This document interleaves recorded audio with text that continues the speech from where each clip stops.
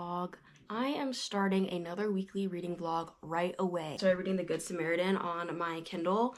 This is not a Kindle, this is an iPad. This is a Kindle on my Kindle.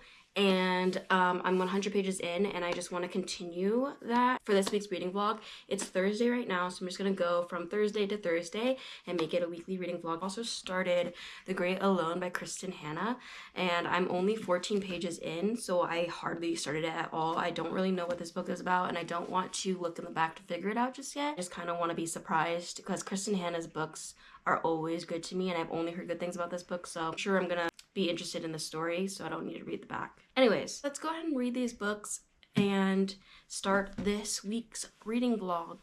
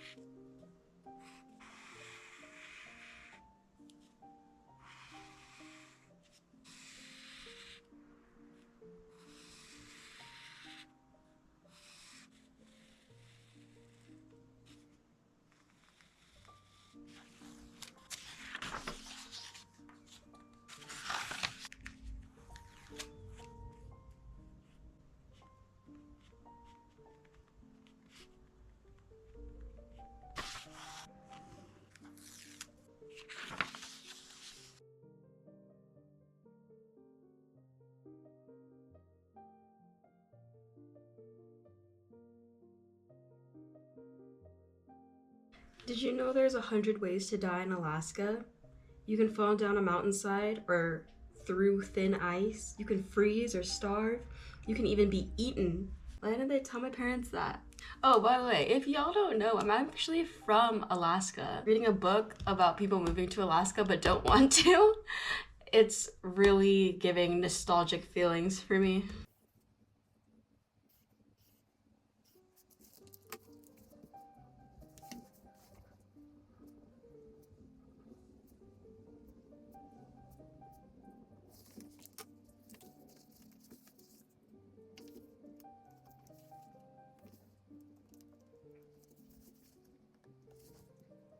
The mom in this book, she just went to the bank and she tried to open a credit card and they wouldn't let her unless her father or her husband co-signs for it. This is in 1974 and she has her own job, she makes her own money, and women still can't get a credit card without a man's signature.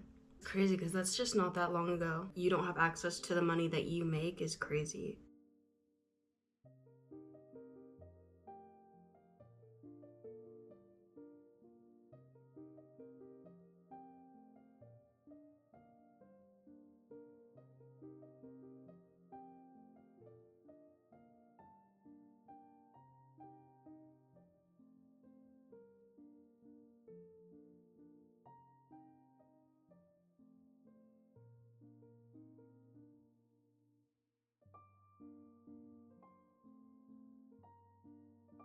Alaska herself can be Sleeping Beauty one minute and a bitch with a sawed-off shotgun the next.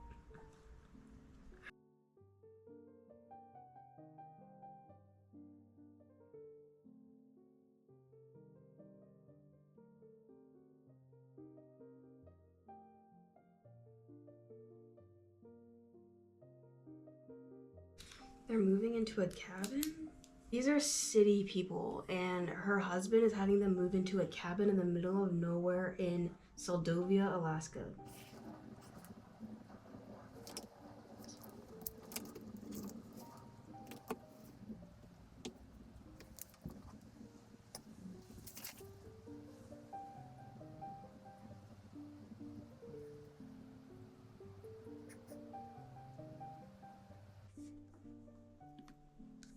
I'd seen her most days at school games with her son, but hadn't realised until she passed home in the years we left school that she also had a child there. I noticed that she wore a sticker with her name handwritten across it, and the words Parent Teacher Association underneath. Hello, I began, and she opened the door to have a CV.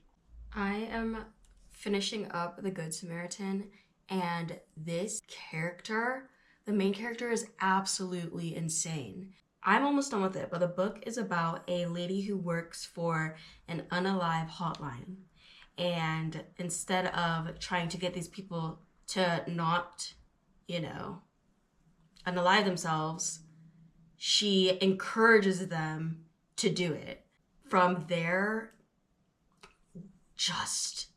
I have never read a book with this many twists and turns, and this girl, the main character, is absolutely insane, but she's so smart, and that's why she's getting away with so many crazy things. She just really thinks things through. The people close to her knows that she is like a murderer and all that, but they can't prove that she is causing these deaths because she hides her evidence so well.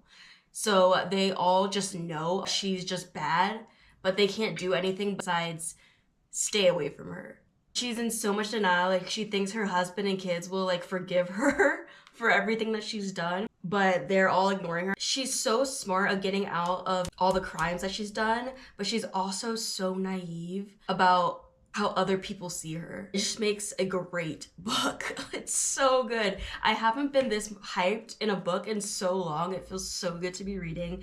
I have 40 pages left, so I'm gonna go ahead and finish it now and get my reaction for the last like 45 pages.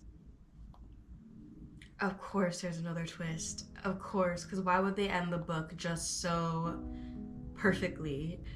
Oh my gosh, I really thought she was gonna get away with it, but she might not now.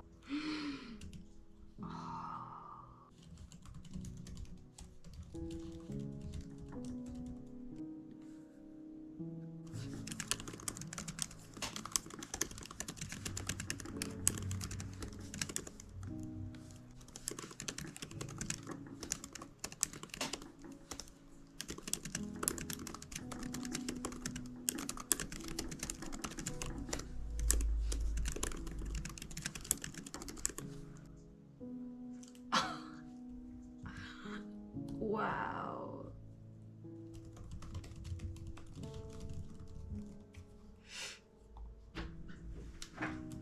Hello. Hello, beautiful. We gotta go.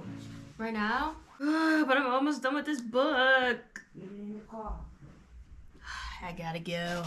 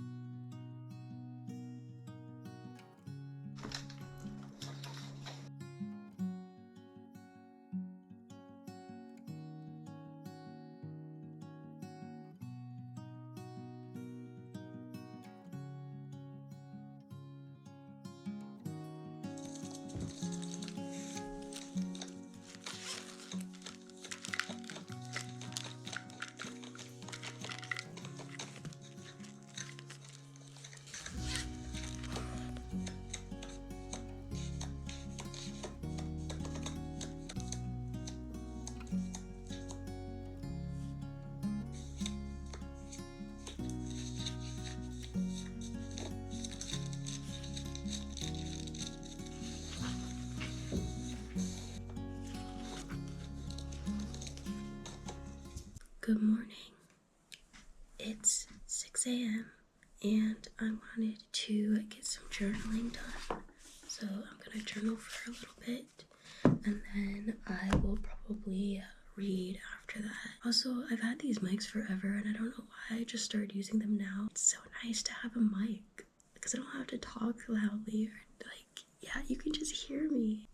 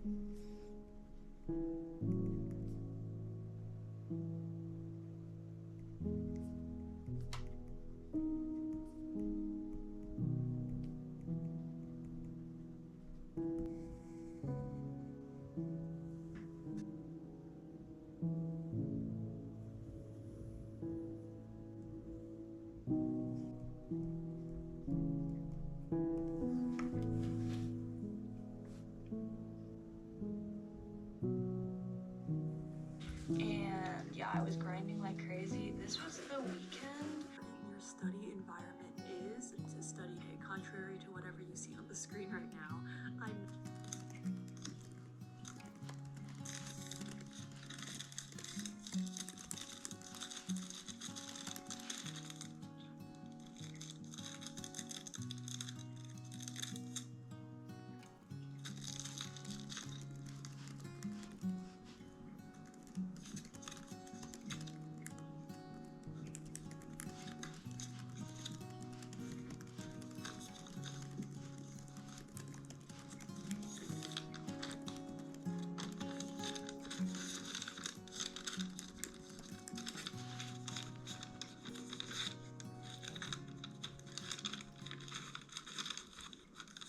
Hi vlog. I want to give you an update on The Great Alone. I'm on page 432, so I have about 100 pages left, and I really loved the first half of the book. I thought it was gonna be so good, another Kristen Hanna winner, but now I am not loving it so much. The book is about this family, and we are following the point of view of the daughter the entire book through. She is the only daughter of the mom, Cora, and the dad, Ernst. And the dad is a war veteran who just returned home from Vietnam, but he returned completely different, and he became very abusive towards the mom, Cora. One day he says, we're going to move to Alaska, and I don't mean like Anchorage, Alaska, the city. I mean like they're moving to the outskirts of Alaska in the middle of nowhere where there is no electricity, running water, anything like that. He basically is like, we're gonna live this way and I'm gonna get better because Alaska is where you start anew or something. So they move from California to Alaska. He does not end up getting better. He ends up getting a lot worse because Alaska can be very dark and cold. Well, it is. It's very dark and cold in the winter months. And so he ends up getting a lot worse during the winter months and becomes way more abusive to his wife. With that being said, Alaska also comes with very strong community. It's a place where you really know your neighbors, and your neighbors are there to help you out no matter what. You do really see that following Lenny, the daughter. She ends up falling in love with one of her neighbors. The community tries to help Cora, the mom, escape the dad. The thing I don't like about this book is you do not really get an in-depth picture of the mom, Cora.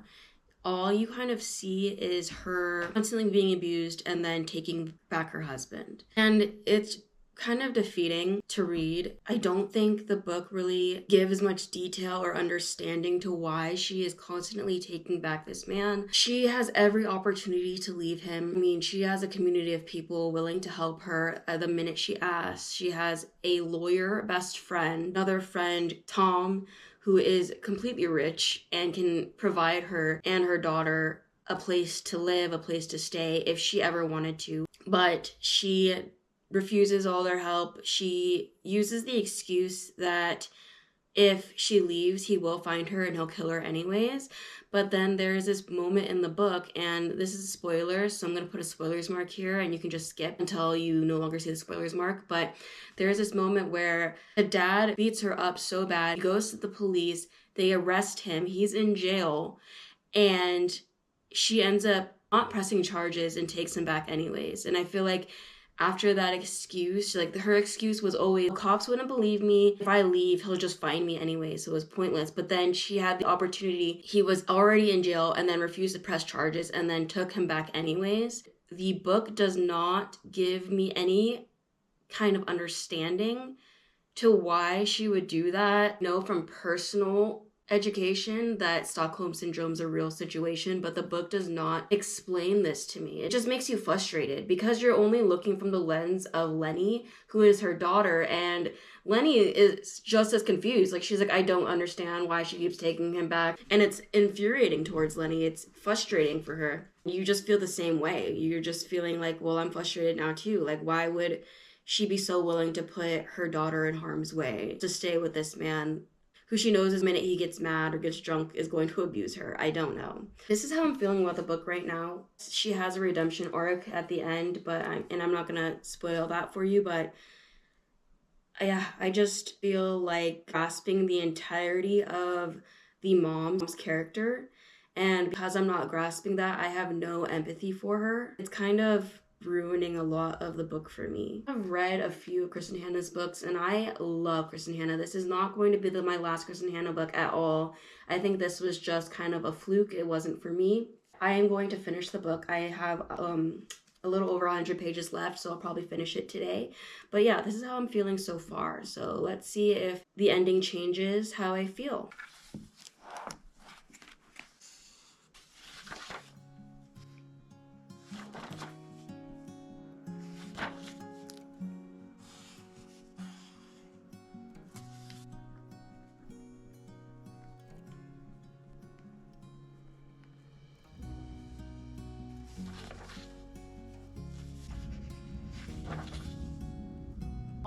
Alrighty vlog. It is time to end this reading vlog.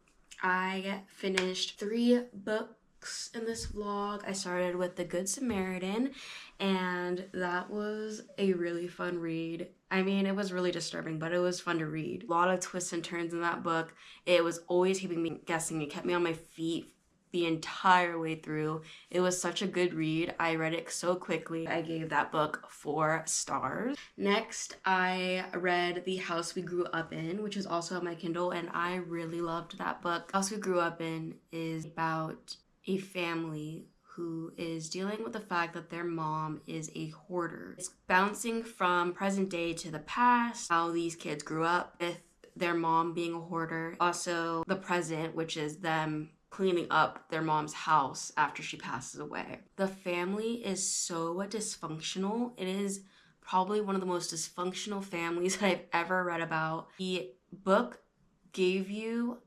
well-rounded characters, and I mean multiple characters were well-rounded. You got to experience so much of so many people's lives within this family, and it was just chaos and hectic, and yet their family came together anyways and just kind of made it through.